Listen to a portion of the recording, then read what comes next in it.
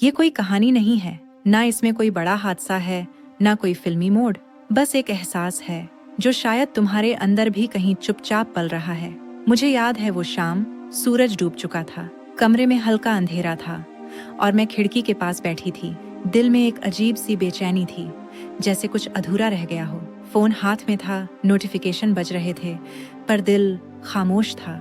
मैंने सोचा, क्यों इतनी थकान है जबकि कुछ किया ही नहीं। और उस वक्त मुझे एहसास हुआ, थकान शरीर की नहीं थी, वो रूह की थकान थी।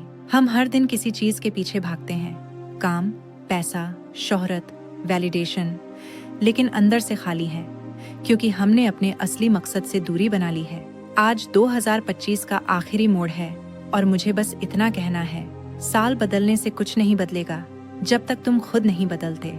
मैंने खुद को बदलने की कोशिश की और उस कोशिश ने मुझे 5 चीजें सिखाई जो शायद तुम्हारे लिए भी एक शुरुआत बन जाए। पहला कदम, रुकना सीखो। हम हर वक्त भाग रहे हैं, कभी लोगों को खुश करने के लिए, कभी अपने डर से भागने के लिए। लेकिन सच ये है कि जब तक तुम रुक कर अपने अंदर नहीं झांकोगे, तब तक कुछ नहीं बदलेगा। रात को 5 मिनट के लिए फोन दूर रखो और अपने आप से पूछो, मैं सच में किस चीज की तलाश में हूँ? कई बार जवाब आवाज नहीं देता, लेकिन दिल के अंदर कोई हल्की सी फुसफुसाहट होती है और वही तुम्हारा रास्ता होता है। दूसरा कदम, अपनी रूह को वक्त दो। हम अपने चेहरे की देखभाल करते हैं, पर अपनी रूह की देखभाल भूल गए हैं। रोज सिर्फ 10 मिनट निकालो, एक आयत पढ़ो, उसका मतलब समझो। सिर्फ पढ़ने के लिए नहीं, बल्कि महसूस करने के लिए। कुरान कोई किताब नहीं है, वो अल्लाह का संदेश है जो सीधा तुम्हारे दिल से बात करता है। और जब तुम रोज थोड़ी देर उसकी बातें सुनते हो, तो तुम्हारा दिल भी जवाब देने लगता है। तीसरा कदम, अपने रिश्ते ठीक करो। कई बार हमारी बेचैनी गुनाहों से नहीं, रिश्तों की दूरी से होती है। किसी को माफ करो, किसी से माफी मांगो, किसी से बस कैसे हो पूछ लो। कभी कभी एक सच्चा लम्हा सालों की ठंडक पिघला देता है। अल्लाह कहता है, जो दूसरों को माफ करता है, मैं उसे अपनी रहमत से ढक लेता हूँ। और जब अल्लाह ढक ले, तो दुनिया क्या बिगाड़ेगी। चौथा कदम, अपने गुनाहों का बोझ नीचे रख दो। हम सब गलतियां करते हैं, लेकिन कई लोग अपनी गलतियों को दिल में दफना देते हैं और फिर वही गिल्ट उनका ईमान खा जाता है। पर अल्लाह तो यही कहता है, मेरी रहमत गुनाहों से बड़ी है। एक सिजदा करो और बस इतना कहो, या अल्लाह, मैं थक गया हूँ अपने आप से लड़ते लड़ते, मुझे तू संभाल ले। तुम देखना वो कैसे तुम्हारे टूटी हुई रूह को जोड़ देता है। पांचवा कदम, शुक्र करना सीखो।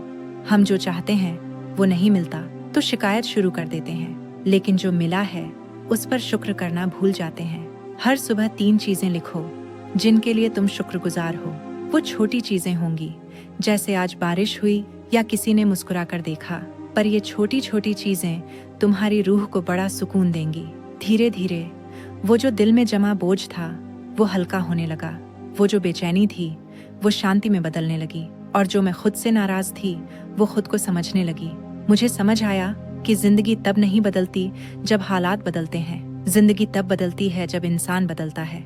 आज मैं वही लड़की नहीं हूँ जो भागती थी, मैं रुकना सीख गई हूँ, और शायद यही असली सुकून है।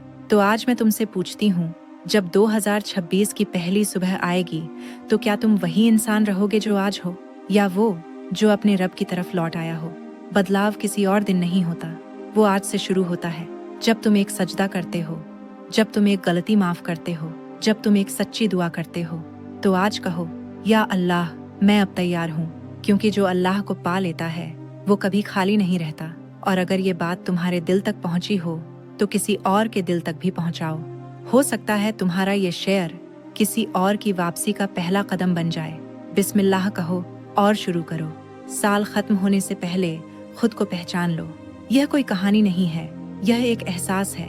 2025 खत्म होने से पहले अपने अंदर झांकने की, अपनी रूह को जगाने की और अल्लाह की तरफ लौट आने की एक सच्ची कोशिश। अगर आप भी थक चुके हैं सोशल मीडिया, कंपैरिजन और खालीपन से, तो यह वीडियो आपके दिल तक पहुंचेगा इंशाअल्लाह।